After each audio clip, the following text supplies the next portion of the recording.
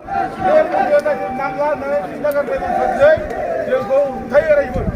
बादायो साबसिनै बुङो बड'लेण्ड लिरनाय नङा दा जोंनो बड'लेण्ड नांथ'वा दा बिटिआर सुक्तिखौ बाहायनांगौ मावफुंनांगौ होनलाबायो बे बिटिआर सुक्तियाव मा दं रायजोफोर जेबो गैया रायजोफोर बे बिटिआर सुक्तियाव बे बिटिआर सुक्तिया बर' हारिखौ बुथारनायसो बे बिटिआर सुक्तिया बर' हारिनि जेरै मोनथाय गोहो जोंहा जायखौ अधिकार मोनखाबायमोन जोंहा 6 सेप्टेम्बरनि आन्दाराव दा बिटिसि गठन जाबायमोन बिटिसि मोनबायमोन बे बिटिसिखौ फोजोबस्रांनायसो बे बिटिआर सुक्ति रायजोफोर बेयाव जेबो गैया आरो बे बिटिआर सुक्तियाव खुनु संबिधाननि बे एरेन्जमेन्ट जेबो जायाखै बेयाव बे बिटिआर सुक्ति गेजेरजों बिटिसिनिफ्राय साबसिन जेबो मोनाखै बरं जों बे बिटिआर सुक्तिजों बिटिसिआव मोनखानाय गोहोखौ दिनै मोनफा मोनफा लांफिनजोब्बाय रायजोफोर दा जोंखौ नुदों बे बर'फ्रा बिटिसि मोनखानाय उनाव बर'फ्रा बिटिसि मोनखानाय उनाव जौगाबाय डेभेलप जाबाय लामा सामा जाजोब्बाय जिउनो दा जों जे लामाजों फैदों बेफोर जिउ लामा गोदो जेबो गैयामोन रायजोफोर जों गोदो जेब्ला आन्दलन खालामदों उपेन्द्र ब्रह्मनि समाव बे आन्दलन खालामनाय समाव जोंहा दालां मोनसेबो गैयामोन जों दालांखौ माने दैखौ जोङो सानस्रिबाय बारोमोन जोङो मोनसे स्कुल कलेज मोनसे बिल्डिं गैयामोन जोंहा जेबो गैयामोन जोंनियाव डाक्टारखाना गैयामन खिन्थु जों बिटिसि मोननानै दा दिनै मोजां जालांबाय लामा सामा जाबाय दालां मोजां जालांबाय हाबना जाबाय जोङो जोंनि आर्थिक अबस्थाबो एफाग्राब मोजां जालांबाय जोंनि गामि न'खरफ्राव बयबो दा दिनै मटर साइकेल एसे दंसै न'खरनि अबस्थाबो मोजां जालांबाय लासै लासै साबखांगोन लासै जौगालांगोन दा दिनै बेखौ नुनानै जोंखौ हिंसा खालामबाय गरमेन्टआ गिबाय बे बर' जाथिखौ दमन खालामाब्ला मा जाबावनो जोबसिगोन आसामनि गुबुन हारिया जों हानाय नंलिया बर' हारिया बिराद जौगाबाय बिसोर जोंखौसो गादबसिगोन बेखायनो बे बर' जाथिखौ बोरै गादबनांगौ बोरै दबथायनांगौ दिनै बे थाखाय कौशल खालामदों रायजोफोर कौशल आरो दिनै बे समावनो जोंहा बिटिसि मोननायनि उनावबो एनडिपिआबो आन्दलन खालामगासिनो दं अस्त्र लानानै दा सरकारा बिसोर रायलायगासिनो दं दा सरकारा रायलायबाय एनडिपि सावरायनाय समाव हयथ' सरकारा एनडिपिनो मोजां जिनिस हरगौमोन रायजोफोर बिटिसिनिफ्राय साबसिन जिनिस हरगौमोन जों बयबो आसा खालामदोंमोन जे बिटिसिआ माने सुक्ति जानायनि उनाव एनडिपिनि आन्दलननि गेजेरजों गोदान सुक्ति जायोब्ला मोजां मोनसे सुक्ति जागोन बयबो आसा खालामदोंमोन खिन्थु बे मोजां सुक्ति जागोनखौ गिनानै हेमन्त बिश्व शर्माया आसाम सरकारना आसाम सरकारा दिनै प्रमद बर'मोनखौ बाहायनानै नंखाय सुक्ति खालामना लाबाय रायजोफोर नंथारा दिनै सुक्तियाव जेबो गैया जे सुक्तिनि गेजेरजों दिनै एखे बर' जाथिखौ फोजोबस्रांनो बे सुक्तिखौ खालामना लाबाय रायजोफोर आरो दिनै गावसोर गादियाव जबाय आरामसे बाखि मानसिफ्रा जाय सुक्ति खालामग्रा सान्थि सुक्ति खालामग्रा जाय आसल सान्थि सुक्ति खालामग्रा रन्जन दैमारि बे सान्थि सुक्ति खालामग्रा रन्जन दैमारिखौ दिनै जेराव जोबनानै दा रायजोफोर दा फंबाय बर'आ बुंगासिनो दं गिदिं जे सान्थि फैबाय गोजोन फैबाय जोंनियाव गोदो न'निफ्राय ओंखारा हामोन गिनांगौमोन जेबो गैयामोन जोंहा दा गोजोन फैबाय आरे बाबा माजों गोजोन फैखो बुंना हो दिनै जों नुगासिनो दं सोरबा सोरबा ओंखाम मोनजायनि एनडिपिनि माने मावथिफ्रा दाखालि सुइसाइड खालामनानै थैबाय बेसेबां दुखुनांथाव बर'नि जारिमिनाव रावबो जों खोनाफेराखै बिदि ओंखाम रसारनानै सुइसाइड खालामनानै थैनाय खिन्थु बर'नि बुरन्जियाव जों एबार मोनबाय प्रमद बर'नि दिनाव जाय संग्रामि जाय जाथि सिबिनो ओंखारनाय जाय हाथियार दैनानै जुजिनो ओंखारनाय जिउ बाउसोमनो थाखाय दिनै बिसोरो ओंखाम मोनजायनि रसा नांनानै दिनै दुखुजों सुइसाइड खालामनानै थैबाय जों बे जारिमिनखौ जुदि मोनबाय आरो बेल' नङा जायफोरा जेराव दङ एनडिपिनि बिसोर गनांगौ गवाखसै दा बिसोरनि न'खरनि फिसाफ्रा आलाय सिलाय जाबाय दा बिसिया थानो हायो न'आ थानो हायो बिसोर गोदाव सोराव जाबाय गोदाव खारलांनो गोनां जाबाय मालायजों थांनो गोनां जाबाय जिउनि आश्रय नागिरनो जाबाय दा बेबायदि अबस्था दा बे खोथायाव रन्जन दैमारिया जेराव थाबाय गावस्रा सियाराव फैबाय गोबां मानसि जेराव दङ दा एनडिपिनि मानसिफोर दङ बिसोरखौ बख'नाय जेबो सिन्था खालामाखै दा बिसोर दल दामगासिनो दं जे माने सान्थि फैबाय गोजोन फैबाय सान्थिया बोरै फैखो नोंसोर सेराव जुलायखाय सान्थि फैबाय नङा नोंसोरो दिनै बिटिसिनि पावाराव फैनायखायनो सान्थि फैबाय नामा उरखाव गोरा ब्रह्ममोना मन्थ्रि जानायखाय बिटिसिआव माने बिटिसि एरियाखौ नायनो थाखाय बिसोरनो दायित्व होनो थाखाय दिनै बिटिसिआव सान्थि फैबाय नामा दा दिनै गिदिर प्रश्न रायजोफोर बिराद गिदिर प्रश्न दिनै बे सान्थि फैबाय होननाय माने गिदिं बुंलाबायनायफ्रा बे मिसा खोथा थगायनाय बियो रायजोफोरखौ आन्दायहैनाय दा दिनै रन्जन दैमारिफोरखौ बख'नाय बाथ्रा फंसे खोथा बुङाखै रायजोफोर बिसोरो बेजों बख'नांगौ गनांगौ बे गयोमोन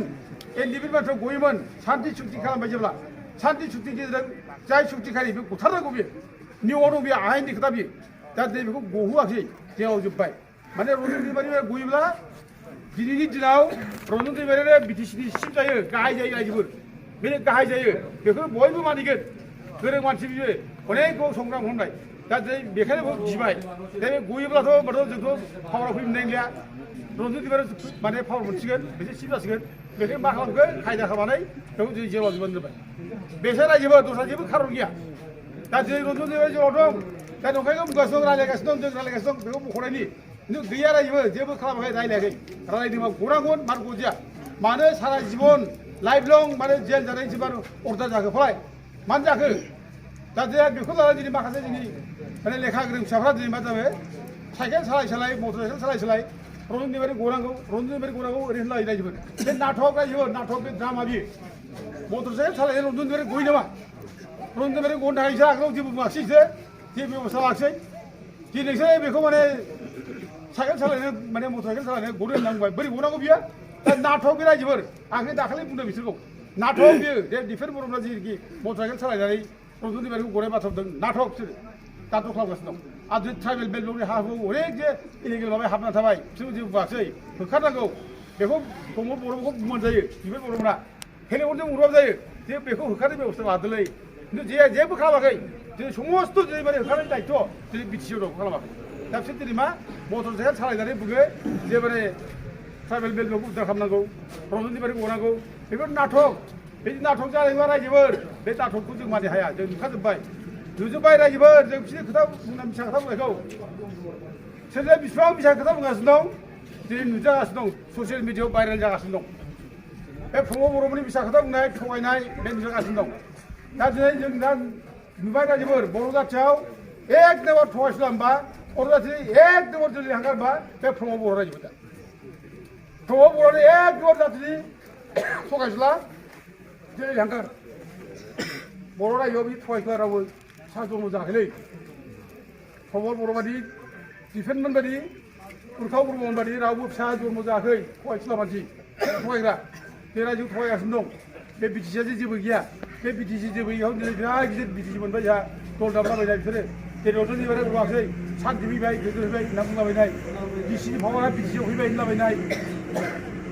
पुलिस पावारा बिटिसिआव फैबाय होनलाबायनाय बिसा खोथा बुङै गिदिंगासिनो दं रायजो बिसोरो थगायगासिनो दं दा उदे जों बिसोर थगायनायखौ जों बुजिजोब्बाय दा रायजोआ मिथिबाय बिसोर मा मावगासिनो दं बिसोर मा मावगासिनो दं बुजिबाय 2 बोसोराव बिसोरो बिटिसि दानाय 2 बोसोराव बिसोर सुइजारलेण्ड खालामनो नांगौ बर'आ बोरै सुइजारलेण्ड नोंनि सुइजारलेण्डआ बोरो माने सासे मानसियाव साख्रि नाङाखै नोङो दिनै नोंनि सासे मानसियाव दिनै माने साख्रि नाङाखै सोरबा सुजुग सुबिदा होनो हायाखिसै नोङो जेबो गैया गोदान माने डेभेलप जानो हायो डेभेलप खालामनो हागौ दा गथे रायजोफोर दा दिनै जोंनि नैबे आन्दलना बे संग्रामा बिराद गिदिर जागायनायनि संग्राम बियो बिराद गिदिर माने माबा बियो संग्राम बियो दा बे संग्रामखौ जोंनि संग्रामखौ होबथानाय बिदि होबथानानै जों दमाय खालामनो हाया रायजोफोर दमन खालामनो हाया जोंखौ होबथानानै जोंखौ नाख्रेबनानै बे संग्रामखौ सेस खालामा रायजोफोर बे संग्रामा बिराद गोजौ थांगोन दिनै बे संग्रामा मोनसे गिदिर मोनसे माबा जाबाय हिस्ट्रि जाबाय बियो होबथानाय हिस्ट्रि बियो दाखालि मोनसे जोंहा दिल्लीयाव जेरै 8 तारिख आगस्टआव जों जिनाखि संग्राम खालामदोंमोन धरना हैदोंमोन जन्तर मन्तराव बे धरना हैनायखौ गभर्नमेन्टआ जोंखौ होबथादोंमोन बादा होदोंमोन बादा होनानै जेलाव लांदोंमोन जेलाव लानानै दोनहैदों खिन्थु ओरैबायदि मोजां बर' फिसाफोरनि खाफाला जेराव थांनानै जोंनि बर' फिसाफ्रा बागुरुम्बा बे मोसाहैदों बेयावनो बर'नि मोसादों गाजा गोमजानो जै होदों बड'लेण्डनि डिभाइड आसाम 50-50 होनना बुंदों जै बर' हारिनि होनना बुंदों बर' जारिमिनाव बिराद गिदिर बे रेकर्ड बे रायजोफोर खुनु बुरन्जियाव बेखौ दोनखोमानो हाया दिनै बे जारिमिनाव बे लिरजानाय गोथां जारिमिन जाबाय बियो बे दिल्लीयाव जों थांनाय जारिमिन हिस्ट्रि जे जारिमिन थाना सिङाव जे होनाय थाना सिङावनो बड'लेण्ड बिलाइ बे गिदिर जारिमिन रायजोफोर जों बे जारिमिनखौ दराव नागिरना मोननाय नङा बर'फोरनि गेजेराव बनसुनि गेजेरजों बनसुआ जे आन्दलन खालामबाय बे आन्दलननि गेजेरजों दिनै बिराद मोनसे रेकर्ड वर्ल्ड हिस्ट्रि बे वर्ल्ड रेकर्ड बे थानानि गेजेराव बड'लेण्ड रायजो बिना दिल्ली बायदियाव एफा गिदिर मालाय जायगायाव एफा गिदिर माने राजथावनि दिल्ली राजथावनि भारत हादरनि राजथावनि बेनि जेल सिङावनो थाना सिङावनो बे बनसुनि दैदेननायाव बर' फिसाफ्रा मोसालायनानै बयबो ज' बयबो दै होलायबाय बड'लेण्ड नांगौ डिभाइड आसाम 50-50 बिराद गिदिर हिस्ट्रि बे रायजोफोर बे हिस्ट्रिखौ दोनख'नो हादों रायजोफोर एकर्ड बियो एकर्ड दा रायजोफोर दा जोंनि बे संग्रामा जालांबाय थागोन आवगायलांबाय थागोन जों बे पुलिस बिथांनि गेजेरजों जोंखौ होबथानो हानाय नङा दा जोंहाथ' बिराद माने गोख्रों मोनसे सेन्टिमेन्ट दं रायजोफोर जोंहा उपेन्द्रनाथ ब्रह्मजों जों आन्दलन खालामनाय रायजोफोर एखे उपेन्द्रनाथ ब्रह्मआ आं सैथो खोथा बुंबोदों जोंनावल' थानानै देवरगावआव थानानै आन्दलनखौ स्टार्ट खालामदों रायजोफोर आरो बड'लेण्ड रायजोखौ जेनेबा मोननांगोन होननानै बिथाङा बुंलांदों बिथाङा गोरिब गुन्द्रा न'खरजों ओंखारनाय गावनि साख्रि बाख्रि गारनानै बिथाङा आन्दलन खालामदों सासे इनकाम टेक्स माने इन्सपेक्टर बे अफिसारमोन गावनि साख्रि गारनानै बे बर' जाथि सिबिनो होननानै बे आन्दलन खालामदों बड'लेण्ड रायजो बिदों दा बिनि थैया जोंनाव दाबो दंखायो रायजोफोर जों बिदि ओंखारफानाय जों बिदिनो मावफानाय बिनि जानाय थानाय लोंनाय जों गासिबो जों आं दंखायो बेजों लोगोसे बिनि लिरनायखौ आं टाइप खालामनाय मानायाव आंनिफ्राय टाइप खालामोमोन आंहा बिदि माबा गैया टाइपिंनि मोनसे माने डिप्ल'मा गैया थेवबो एखेबारे जों बे समाव जेबो गैया सोलोंनोबो गैया रोङाबो जोंनो जा मोनो बेखौनो थेर थेर बुयै जों मेम'रेन्डाम हैदों दिल्लीयाव रायजोफोर बे भुटानसिम अफिसार हैदों राजिब गान्धीनो हैदों जोङो नरसिंहा रावनो हैदों जोंनो हैजेनदों रायजोफोर जों रोङैखौ जों सोलोंदों बेखायनो बे थैया जोंनाव दं दाबो उपेन्द्र ब्रह्मनि हारि सिबिनाय जानाय सेन्टिमेन्ट जानाय थै दाबो बे जों दङ